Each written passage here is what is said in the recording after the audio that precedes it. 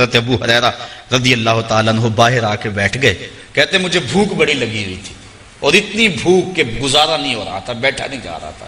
میں نے کہا کوئی آدمی گزرتا میرے چہرے کو دیکھ کے پہچان لے گا. پھر ایک صحابی آئے, میں نے ان سے ایک مسئلہ پوچھا, وہ مسئلہ بتا کے چلے گئے. دوسرے آئے, میں نے قرآن کی آیت کے بارے میں پوچھا, وہ بتا کے چلے گئے. پھر دل و قلب و نگاہ کے مرشد اولین آ گئے. میں نے حضور سے مسئلہ پوچھا, حضور نے کہا ابو ہریرہ بھوک لگی ہوئی ہے. میں نے کہا ہاں حضور بھوک لگی ہوئی ہے. پوچھا مسئلہ, آقا کریم میں بھوک لگی ہے. ہاں حضور بھوک لگی ہے. مسئلہ ہی یہی تھا. کہتے ہیں آ جاؤ میرے ساتھ آ جاؤ.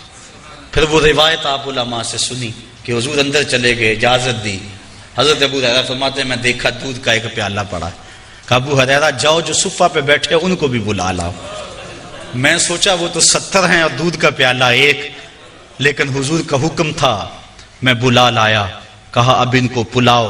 کہا پریشان تھا لیکن جب پہلے نے پیا ایک قطرہ بھی کم نہ ہوا.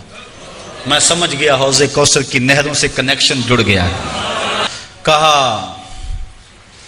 کہ ان سب کو پلاؤ. کہا ایک نے پیا, پھر دوسرے نے پیا, 70 آدمی دودھ پی گئے. اللہ اعلیٰ حضرت فرماتے ہیں ہاں جناب ابو ہریرہ کیسا تھا وہ جام شیر جس سے 70 صاحبوں کا دودھ سے منہ بھر گیا. اللہ اکبر. کہتے ہیں پھر حضور نے مجھے پلایا. کہا اور پیو اور پیو, حتیٰ کہ میں سراب ہوا. حضور اب نہیں پیا چاہتا. پھر آقا کریم کو پیالہ لیا. استاذ المکرم فرمایا کہ یہ تو دیکھتے ہو کہ ایک دودھ کا پیالہ 70 کے لیے کافی ہو گیا, یہ بھی تو دیکھو کونین کا سردار اور 70 کا جوٹا پی رہا. بلکہ حضرت سیدنا صدیق اکبر جا رہے تھے تو آپ کا کوڑا گر گیا. گھوڑے سے اترے اور نیچے سے اٹھایا اور پھر بیٹھے.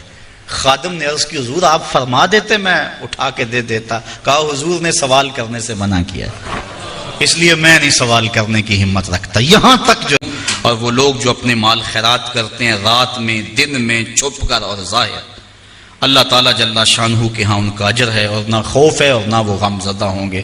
حضرت علی المرتضیٰ کے پاس 4 درہم تھے. جب آپ نے یہ پڑھا کہ وہ رات کو کرتے ہیں دن کو کرتے ہیں چھپ کے کرتے ہیں ظاہر کرتے ہیں, آپ نے 1 درہم دن کو خیرات کیا, 1 رات کو کیا, 1 چھپ کر کیا, 1 ظاہر کیا. کہا کہ ساروں میں میرا نام آ جائے, چھپ کر خیرات کرنے والوں میں بھی میرا نام آ جائے, ظاہر خیرات کرنے والوں میں بھی میرا نام آ جائے, دن میں خیرات کرنے والوں میں بھی میرا نام آ جائے, رات میں خیرات کرنے والوں میں بھی میرا نام آ جائے. اللہ اکبر. کہا ان کا اجر ان کے رب کے ہاں ہے. ولا خوف علیہم ولا هم یحزنون. اور اللہ تعالیٰ جل شانہ ان کو یہ اجر دے گا کہ نہ ان پر کوئی خوف اور نہ ان پر کوئی غم ہوگا. قیامت کے دن وہ امن اور طمانینت میں ہوں گے. اللہ